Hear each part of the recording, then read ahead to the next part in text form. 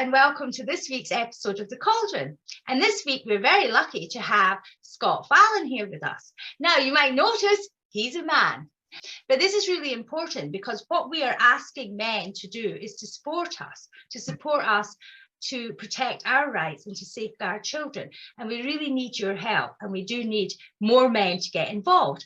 Now, luckily for us, Scott has got involved with the gender ideology debate, and he is actually standing for the Alba Party in Falkirk. So, Scott, whereabouts in Falkirk are you standing?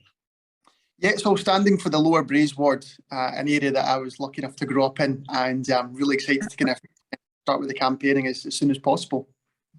And I believe that you are on the gender critical side, or how I like to describe it, on the side that protects women and girls. So how did you first hear about that and get involved?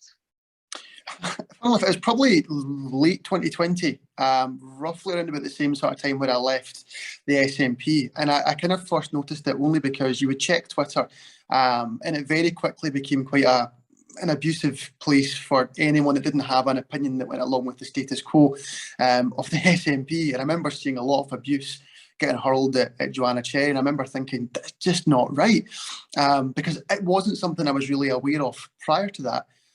You then start to look into it, research it more, and all of the things that were kind of coming into place and possibly changing, you were thinking, that's just not on.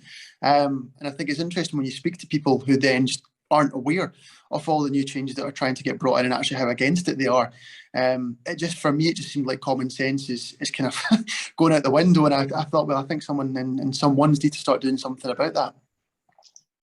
Okay, so yeah, so just we just heard that there's be a ministerial statement on March the 3rd, which is going to be about the Gender Recognition Act, but we're not really sure what it is. But apparently they're going to try and push it through. Sometimes people say before the summer, but I think that's far too fast. And other people say that it will be this year. So it will make it, or it ought to make it, an issue in the campaign, because one of the problems that we have is that there's not an awareness of the actual implications of the self-ID part of the reforms. So if there's no gatekeeping and anybody can say that they're a woman, it widens the number of people that can say they're a woman and can access women's spaces and services, but also it makes it a loophole, shall we say, for predators. So in effect, women's rights are exclusive. They exclude men. So by bringing this in, we actually destroy women's rights. And that's what the Scottish Government are going to do. They're going to destroy the rights of women. So we've got a plan for action over the next months in order to raise awareness with the general public of this. It's including leaflets, street stalls, and also demonstrations. And we're going to have a demonstration in Dundee, which I will tell you more about that later. The reason for Dundee is the minister that's going to be making this statement is Shona Robison, and she is the MSP for Dundee East. So we're going to have a demonstration in Dundee against the Gender Recognition Act, which I'll tell you more about later. It's going to be likely to be on International Women's Day on March the 8th. So what's been going on in your life, Lisa, this week? Well, this week, Denise, I got an email from my oldest child's school. Now, I, as you know, already opted out of the child sex surveys within the schools, the child sex census. I opted out of that about 2 months ago, and I got an email just saying, you know, so-and-so is in primary 6. We are ready to ask him about this survey. I know it's had some bad press. We would just like you to give consent to say you'll opt into it. So I, of course, opted out again. So that's me opted out of that school twice. So for me, I just want to reiterate to all the parents out there and grandparents, if your children have got younger children that are at school and they don't know about this, you need to tell them about this. We should not be asking children how often they're having sex, kissing, you know, anal sex, etc. We shouldn't be asking about that. So I just want to reiterate that you must opt out of this. You're already opted in. Not a lot of the schools will ask permission. I suspect mine did because I brought it to their attention that I'd opted out quite some time ago. So please opt out of this, protect your children. This is modern day child abuse, asking children these questions. We need to opt out of this. So that's what I want to say tonight. And Claire, what about your week? What's been the most important things to you? Well, I got a letter from a student with the Open University, and I did receive a letter, and they are openly misrepresenting protected characteristics. So this letter actually states that gender is a protected characteristic. They're asking me to participate in some, I think it's equalities questionnaire or something. So I have written to them asking them to reissue the letter with sex, because sex is protected, not gender. And it does actually state gender and gender reassignment. And I just think, you know, what hope have we got really when we have universities that can't even get this information right? And that may be on purpose. It may be, maybe they've had some Stonewall advice, I don't know, but they do need to start getting this information correct. I also I noted there was a This Is Me Day at a school, I think it was somewhere in Scotland. Now, this involved a drag artist being in school all day, dressed in leather and lace, no notification whatsoever to any parents that this person was there, sorry. And I just think that's such an abuse. Why are we introducing adult sexualized entertainment that children can then, you know, his name was given so he can be checked on social media, etc. And he's got sexualized content.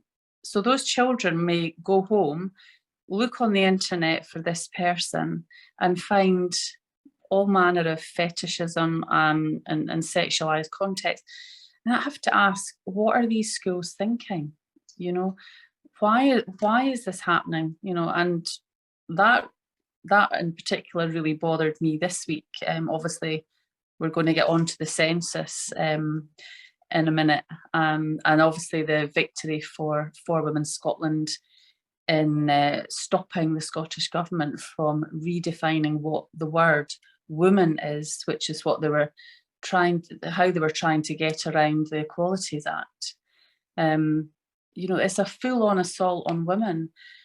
We need to really step up now, I think, and really show people exactly what this is going to mean for women.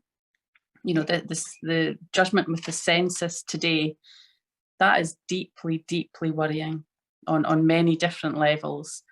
But, you know, if you can self-ID, what's the point of the census? You know, the census is there purely to gather, it's anonymous, you know, it's not, no one's affected either way personally by the information they give.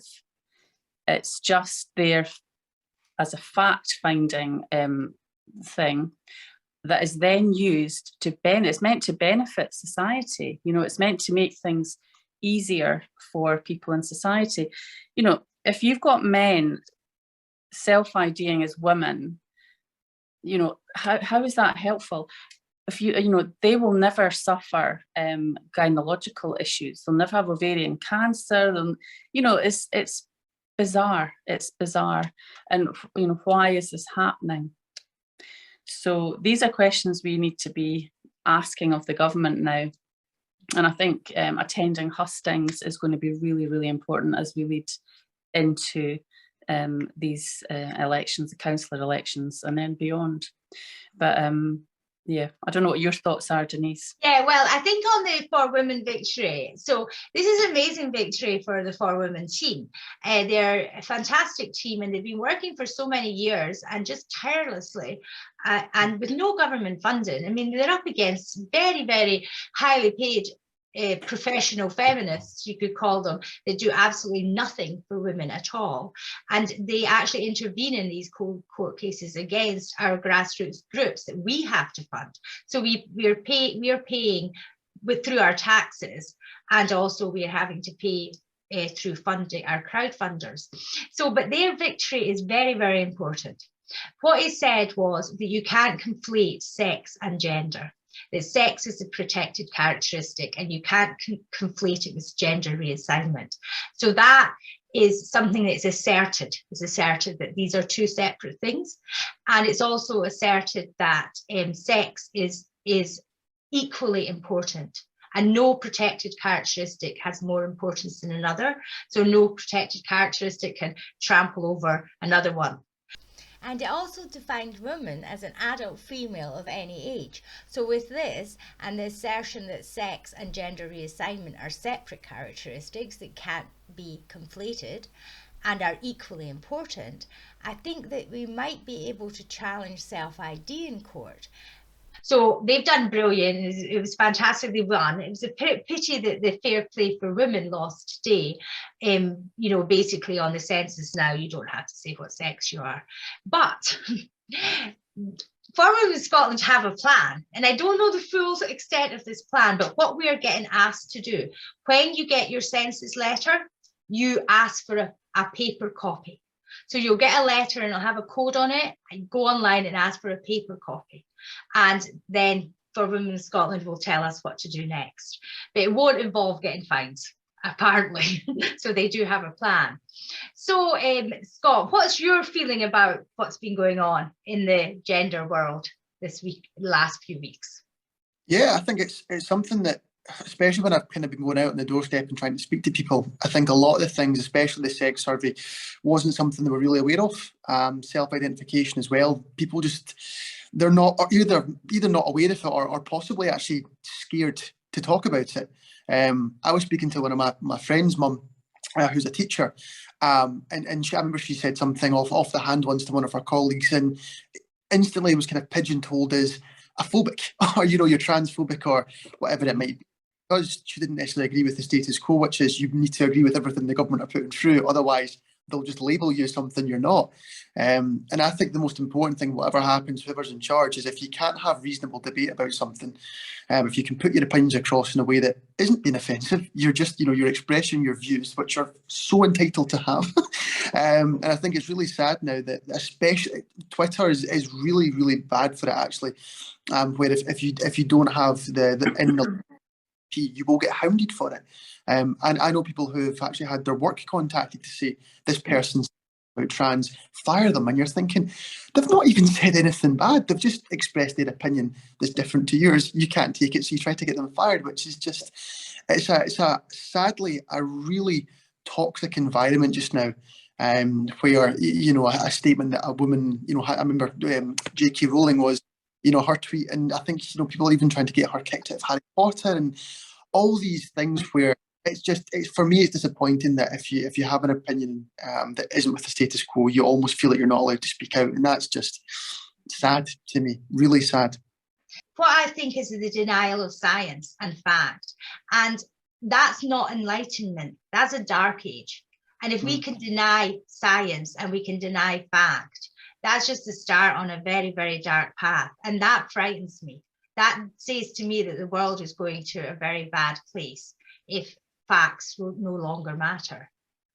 The fact that you have to protect a belief that sex is dimorphic and immutable has to be a protected belief. But it's not a belief, it's a fact. It's not. But the only way you can protect that is under belief. So it's just quite incredible that people can be vilified and criminalized for stating facts. That's a bad, dark world. Yeah. And you've got the police, going along with this. People. It's not just people's work that's contacted. The police are being contacted, and they're acting on it. Quite quickly, actually. So they'll come to your house. They've come to my house. I've had the police round, and they did leave. They did stay 40 minutes, and we had a very lengthy conversation. And they left saying that nothing that I'd said was, they said you're not hateful, and this is it. It's not hateful to tell the truth. And the greatest irony for me is, we've got women now who've been raped by a man who says he's a woman, they have to refer to that man as a woman in court, or, you know, they suffer a consequence.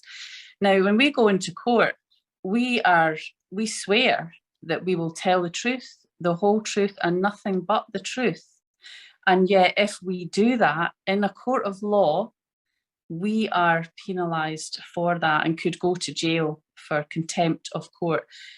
How on earth anyone can think that is a reasonable position in a democratic society, a supposed enlightened society, is quite frankly beyond my my thoughts, my, you know, the thoughts in my head. I just can't believe that we're there.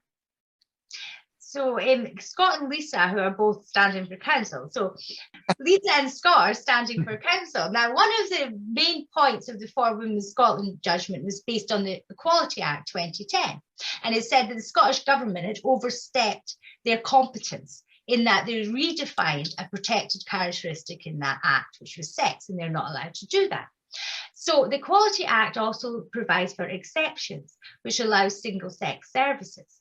So as councillors, you ought to be able to protect a lot of services and spaces for women by using the Equality Act and the exceptions in it.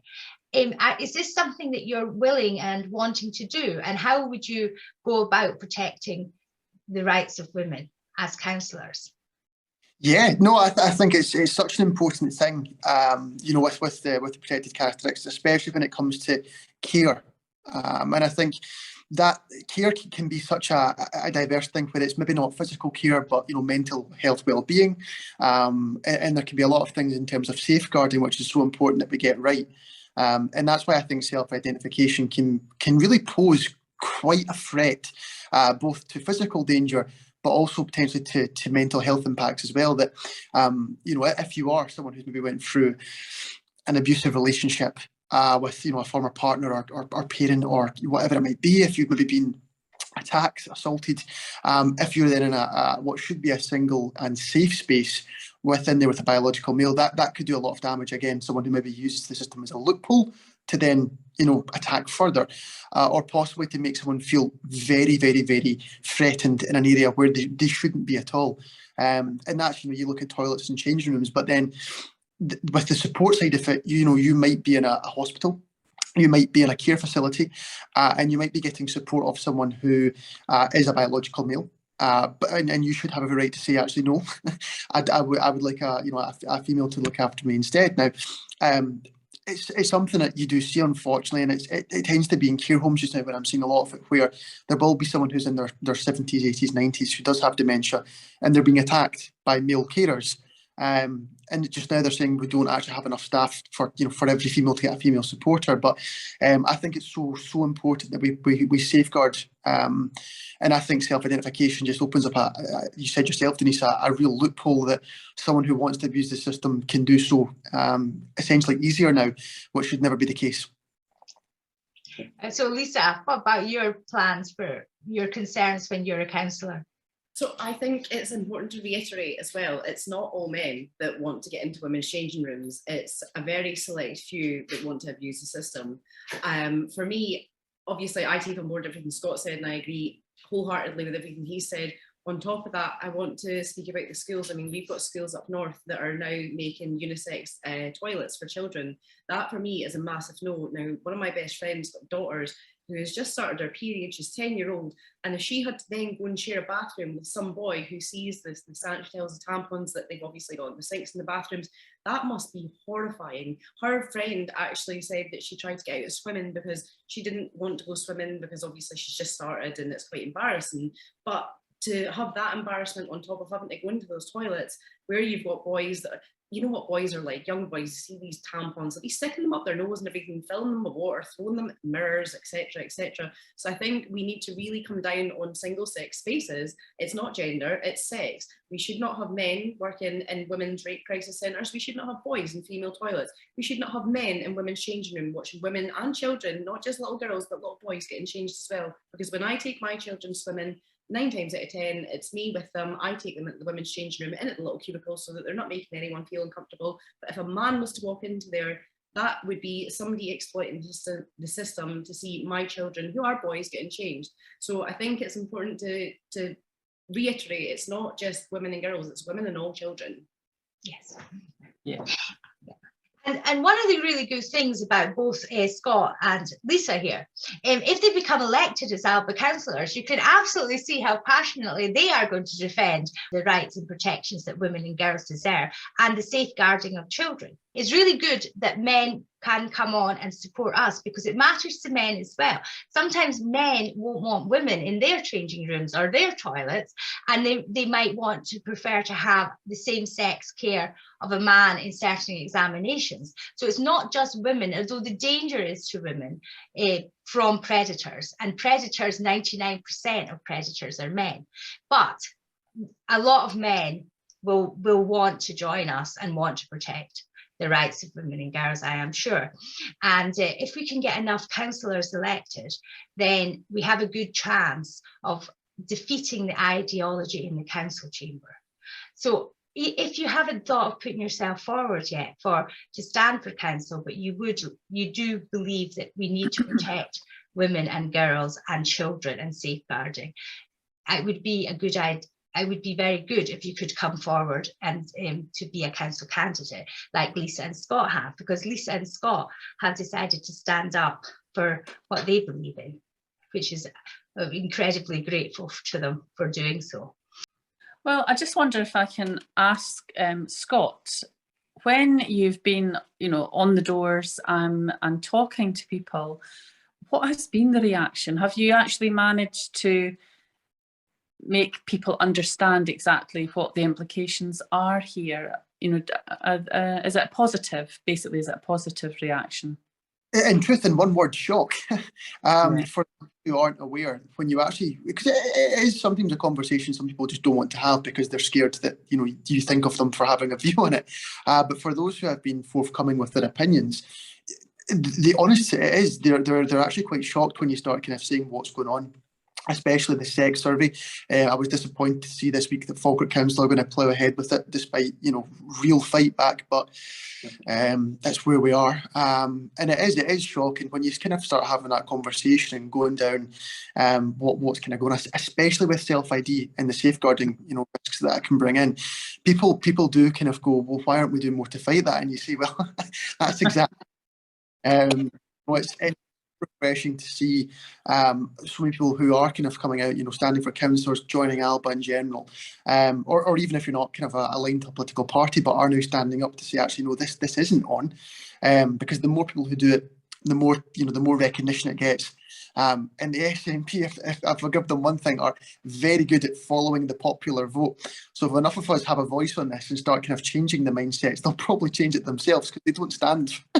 They don't tend to stand on something for too long. So I think it's something where I think everybody would say this now, but we're not against gender reform when it can be done safely and protect women's rights.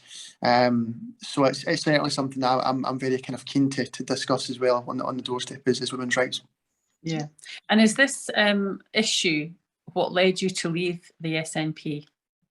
A combination of things. I was really kind of just a bit disheartened with the severe lack of push for independence. I know by the time I left, we were kind of 7 months into a global pandemic, so I know, but that, and it was just, to be honest, I hate bullying, I hate bullies, and when you're logging onto Twitter and other social media platforms and you're seeing not one or two, but a lot of ordinary members, elected MSPs, elected MPs attacking a person because of her views, I couldn't be part of it anymore. I wrote in when I was leaving. I said, "This is the exact reason I'm leaving, is because it's ganging up on Joanna."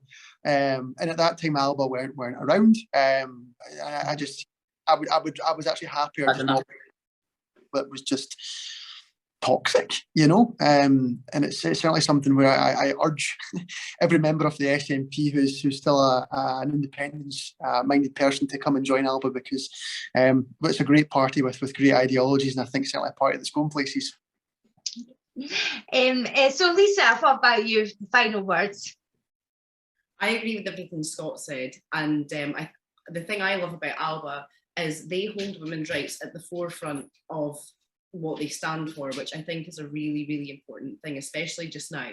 And also, I just want to reiterate again, please, please, please contact your school. Please opt out of the school census, because if you don't, your children are going to get asked these very inappropriate questions that elected officials did not want to answer.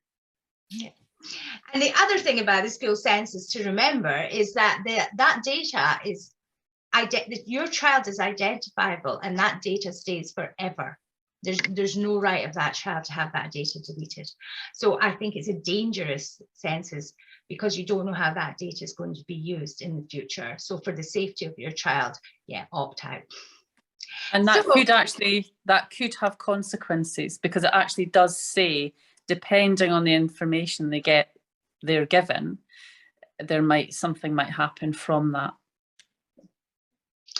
So thank you for joining us this week, and thank you to our guest Scott, who has been a great advocate for women's rights, and is part of an army of men joining us in the battle. So look out, Shona Robinson, Nicola Sturgeon and Patrick Harvey, because you have got a big fight on your hands. Okay, I will see you for the next episode. Bye for now. Bye. Bye. Bye. Bye.